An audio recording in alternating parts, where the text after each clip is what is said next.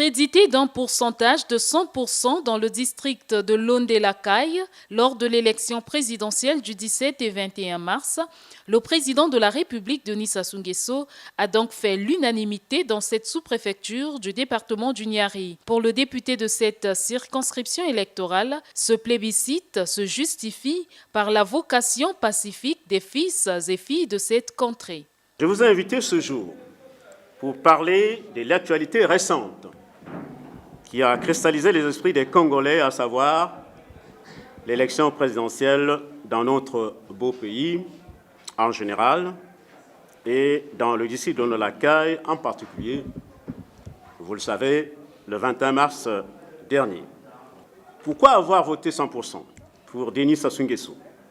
Eh bien, parce que c'est de notoriété nationale que le peuple de Londé-Lacaille est un peuple pacifique.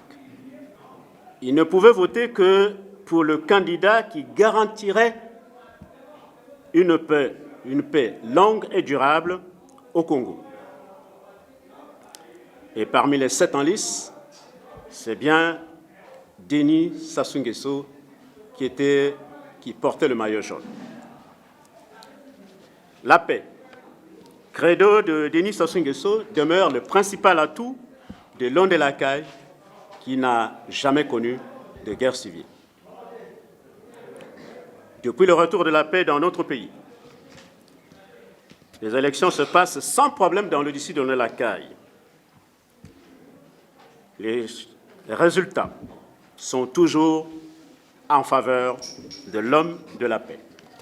L'autre clé de cette réussite incontestée de Denis Sassou Nguesso à Londé-Lacaille a été l'union sacrée des cadres formés autour de cette candidature de la majorité présidentielle.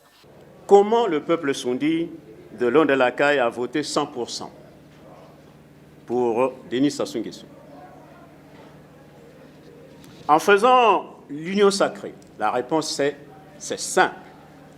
En faisant tout simplement l'union sacrée des cadres du district, toute obédience confondue. C'est à cela qu'on a pu obtenir, et grâce à cela, simplement, qu'on a pu obtenir les résultats de 100%.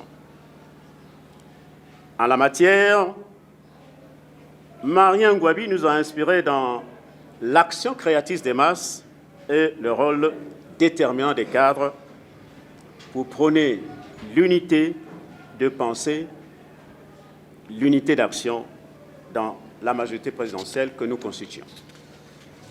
Oui, nous sommes partis en rang serré du côté de la majorité présidentielle.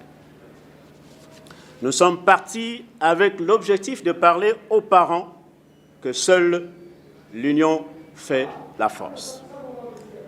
Tant que nous sommes unis, nous serons congratulés par le président de la République. Tant que nous sommes unis, nous sommes capables de soulever les montagnes. Toutes les portes nous seront ouvertes, y compris celle du président Denis Sassou Nguesso.